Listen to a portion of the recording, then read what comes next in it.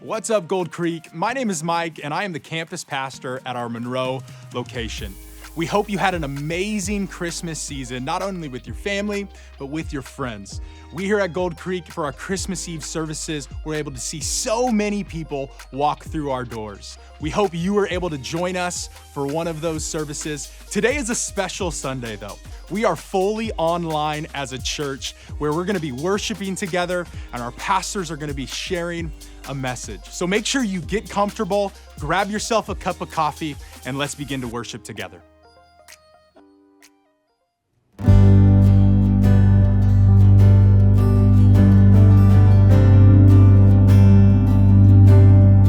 Christ is my firm foundation, the rock on which I stand, and everything around me is shaken. I've never been more glad that I put my faith in Jesus, 'cause He's never let me down. He's faithful through generations. So why would He fail now?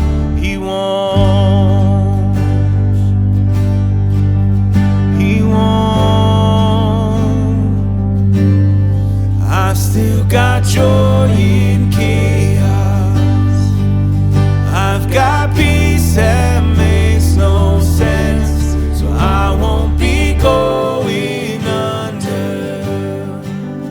I'm not held by my own strength, 'cause I build my life on Jesus. 'Cause He's never let me down. He's faithful in every season. So why would He fail now? He won't. He won't. He won't fail. He won't fail. He won't. He won't. He won't fail. He won't fail. Christ is my firm foundation, the rock on which I stand when everything around me is shaking. I've never been more glad that I put my faith in Jesus, 'cause He's never let me down. He's faithful through generations. So why would He fail now? He won't. He won't. He won't fail. He won't fail.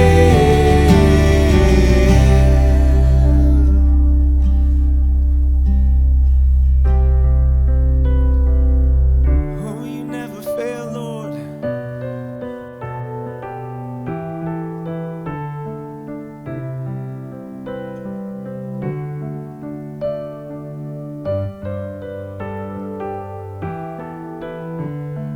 Rain came, wind blew, but my house was built on you.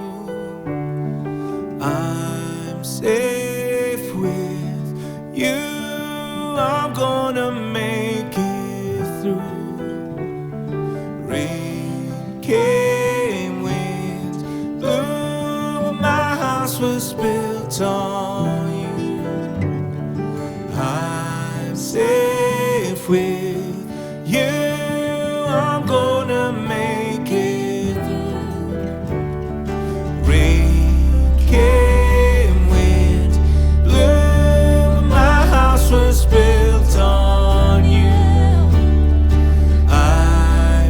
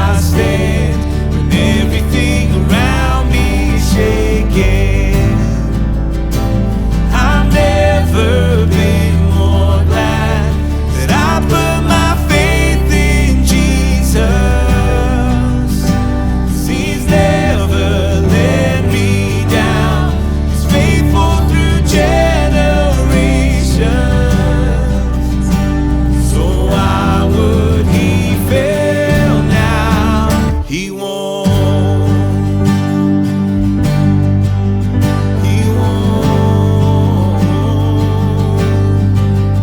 He won't fail. He won't fail.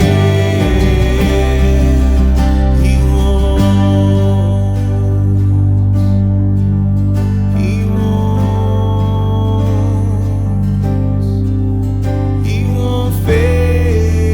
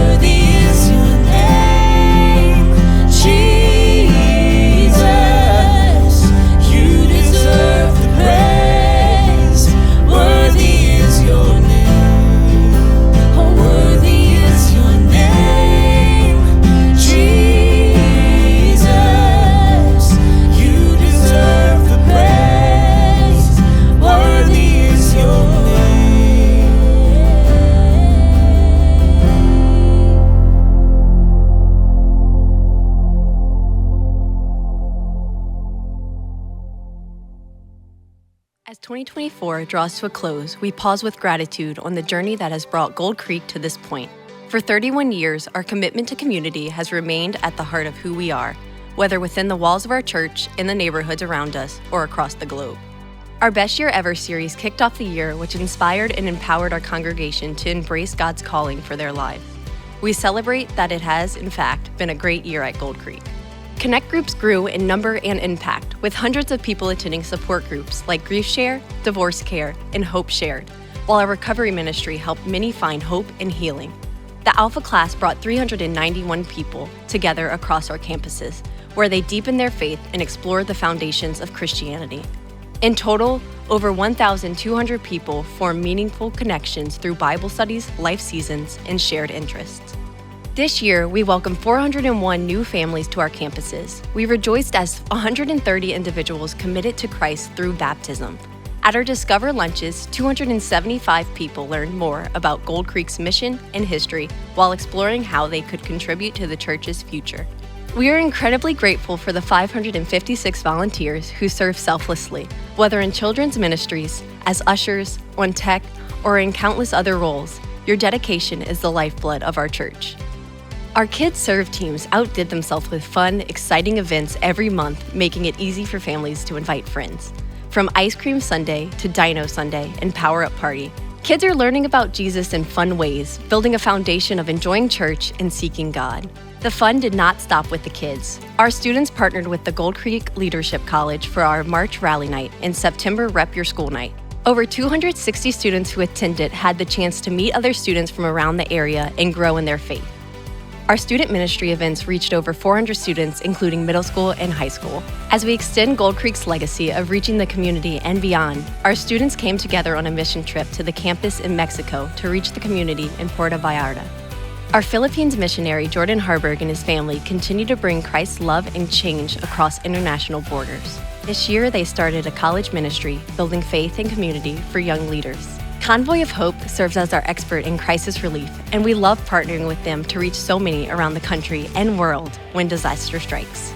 We are deeply grateful for our partnership with the Hope Creek Charitable Foundation, which helped provide for over 26,000 food insecure families locally through the Mill Creek Community Food Bank and Backpacks of Hope. Thousands came together last summer at our Creek Nights events, with food trucks, live music, and fun activities, continuing our tradition of enjoying the beautiful Pacific Northwest summer evenings and bringing the community together. This fall, the women of Gold Creek, along with their friends, gathered at Illuminate for a night of laughter, praise, and worship, strengthening their bonds of friendship and faith. 2 days later, the men of Gold Creek came together for a time of fellowship at our Saturday men's breakfast, where they enjoyed food, conversation, and camaraderie. Together with Mike and Hannah Sexton, Gold Creek has been preparing for a few months now to launch a campus in Monroe. This team has been growing and gathering team members, and we look forward to celebrating their launch on January 26, 2025. For Christmas, we transformed the kids and preschool areas into a Hawaiian Christmas party, creating fun and imaginative settings for kids at the Creek families, as well as those who attend on Sunday mornings. Gold Creek has become a part of many holiday traditions as hundreds of families attend our candlelight services each year to experience the warmth of the season and the light of Jesus. We invite you to join us in the coming year, to share in this journey and to extend the invitation to friends and family to be a part of the Gold Creek community in the new year.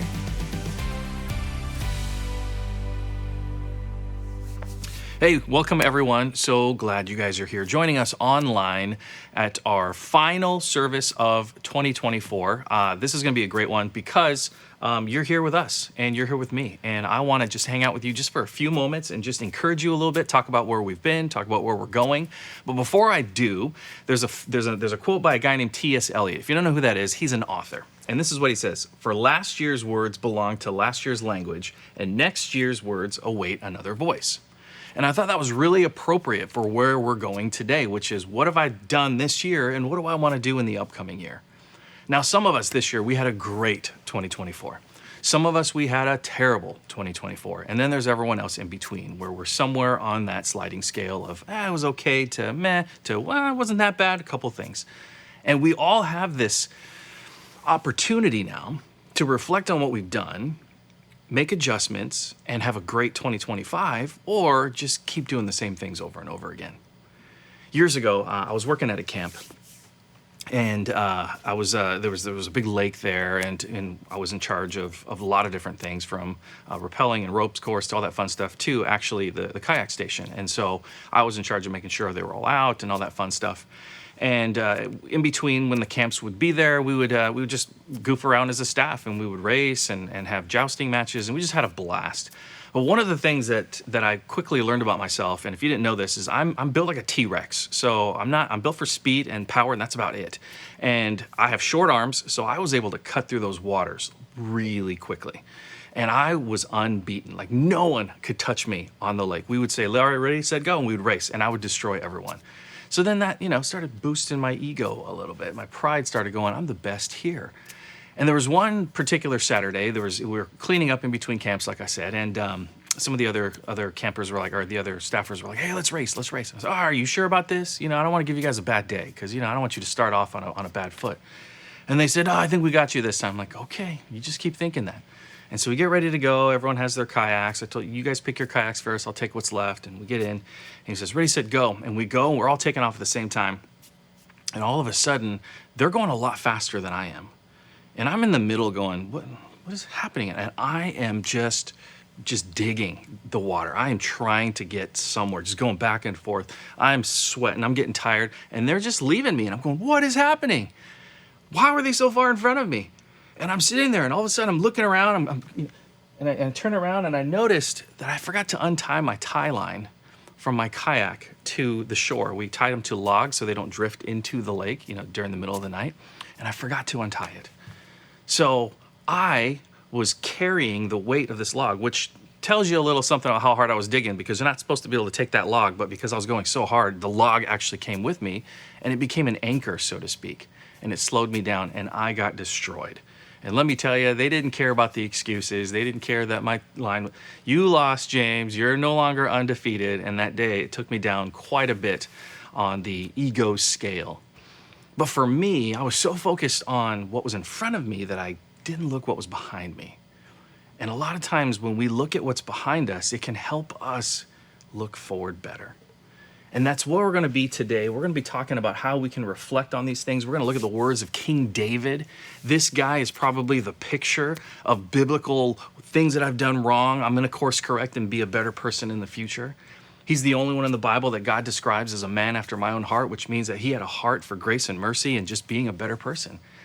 And we're going to look at some of his words and some of his circumstances, because he had some super high highs and he had some really low lows, and then he had a lot in between.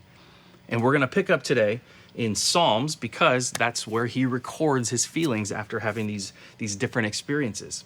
So the first thing we're going to do is we're going to look at two ways that we can learn from our past. The first is reflect on God's provision. Psalms 23, starting with verse 1 through 3, says this: "The Lord is my shepherd, I lack nothing. He makes me lie down in green pastures. He leads me beside quiet waters. He refreshes my soul. He guides me along the right path for his name's sake." You guys might have heard this many times. Perhaps you've heard it at funerals, or you've heard it at different places. But David, who's likely the author, some people say, well, maybe his scribe recorded his words. Whatever it was his words. But he's writing this during a very tough time in his life. He had just this major high. He had killed Goliath. He's celebrated by all of Israel. They're like, this guy is awesome. He is a great warrior. He's a great leader. One day he's going to be a great king.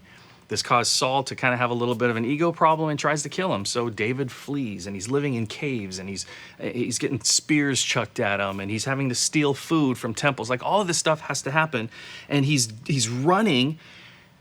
But yet in this moment, he's in the lowest of lows, and he stops and writes, and he says, "The Lord is my shepherd. I lack nothing. He makes me lie down in green pastures. He allows me to rest. He leads me beside still waters. He refreshes my soul. And he guides me along the right path." Right there, he stops about this. He stops everything that's happening, and he goes, this is what God can do. And I think about this in my own life. We've all had financial stresses in the past year. I mean, everyone knows the economy, the inflation, the election, all that crazy stuff is happening and happened. And so everyone has been hit by this all my Boeing friends have been hit by this. This has just been kind of a crazy year financially for so many people. It's been a crazy year spiritually for so many people. It's been a physically draining year for a lot of people that I know that have dealt with health issues and things like that. But as I was thinking about all the stuff that we have gone through, I've realized that I've never had a month where we couldn't pay our bills, never had a month where my kids didn't eat. And I started looking even at my family. My kids are healthy, I'm older, so like things like going to sleep can still injure me. And if you know, then you know, my over 40 friends. But I'm still healthy. My kids are healthy, my marriage is healthy. I'm a blessed man.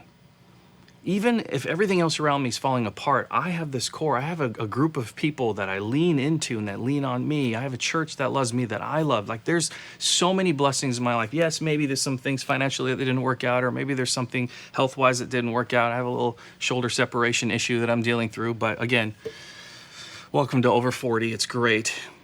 But reflecting on the ways that God has come through is a great way to reset your heart to what God's going to do next.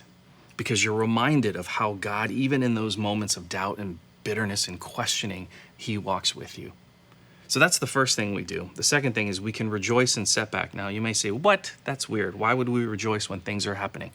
I'm glad you asked that. Let me read to you the rest of this section. Verse 4, even though I walk through the darkest valleys, I will fear no evil, for you are with me. Your rod and your staff, they comfort me. You prepare a table before me in the presence of my enemies. You anoint my head with oil. My cup overflows. Surely your goodness and love will follow me all the days of my life, and I will dwell in the house of the Lord forever. Now, rejoicing when things aren't going well, now that's a mark of spiritual maturity. To know and believe and understand that God provides amazing blessings, absolutely, and we rejoice in those. But when things don't go well, to continue to rejoice that God is with you, that's hard to do. But that's an indicator for you of spiritual maturity. Why should we only expect the good but not the bad? Who in this life is exempt from tough times? No one. Even Jesus wasn't. And he's the Son of God. If anyone's going to get favoritism, it's him. But even he doesn't. He goes through tough times. What you believe during the tough moments, that really shows what you truly believe about God. And I encourage you really to just kind of think about that as you prepare for your future. When bad things happen, do you immediately go to the negative and say, God is not real, he doesn't exist, he doesn't love me? Or do you sit in that moment knowing that, yeah, it's a tough time, but God's going to walk me through it, just like King David did? Now, when we do this, when we reflect on our past, we can start preparing for our future. And the first thing we can do is make corrections. And I'm going to jump now into Psalms 51. It says, create in me a clean or pure heart, God. Renew a steadfast spirit within me. Then I will teach transgressors your ways, so that sinners will turn back to you. This was written right after a series of terrible decisions that David made that cost him the life of one of his most trusted allies and the death of his son. He had made this selfish, ego-driven decision to go after another man's wife. And as a result, all of this just craziness happened. He was responsible for the murder. He was responsible for the death of his kid, like all of these things. And he could have just continued to just keep going in that direction, but he didn't. He stops. It's recorded that he repents, which means to turn away. And he fully embraces God's changing of him and that deeper connection to God that's going to lead to his changing of actions. And he knew that this was going to be the only way that he's going to course correct his previous behaviors. And I look at this and I go, not only that, he says, I'm going to be active in teaching others how not to do this, to learn from my mistakes. I will teach transgressors your ways so that they will turn back to you. That's a sign to me that even though he made this terrible, terrible mistake, he received God's mercy and grace. He let it change him. And he moved forward. What kind of person do you want to be? Do you want to be the person that keeps making the same mistakes over and over again? Or do you want to be someone that goes, you know what, I made a mistake. I don't have to be this mistake. I don't have to be the series of these mistakes. I can be someone else. I can be different. I can follow Jesus. Even though I'm not perfect, even though I'm broken, even though I need to heal and I need to change some stuff, I can still follow Jesus and he can walk with me as I do this. It's always a choice for us. That's the beauty of following God, is he gives us a choice every single time to follow or don't. And we all have that same choice to either continue to make the same mistakes over and over again, or to stop, yield to God's authority, and let him drive our actions. And what that does is that changes our focus and it gives us a new commitment, which is my last point for 2024. Focus on new commitments. Psalms 119. Before I was afflicted, I went astray, but now I obey your word. You are good, and what you do is good. This is King David towards the end of his life, writing about all of the things that he did, the mistakes that he made. He knew God on a personal level. There's no doubt about that in Scripture. He made a lot of mistakes. There's no doubt about that in Scripture. He had a lot of triumphs and glory moments. There's no doubt about that in Scripture. But we do know that he acknowledges his need for God over and over again. We do know that there was a closeness between him and God, and none of that came back void. None of it.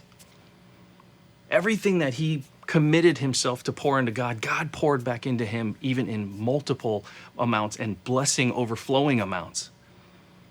Why? It's because God loves us.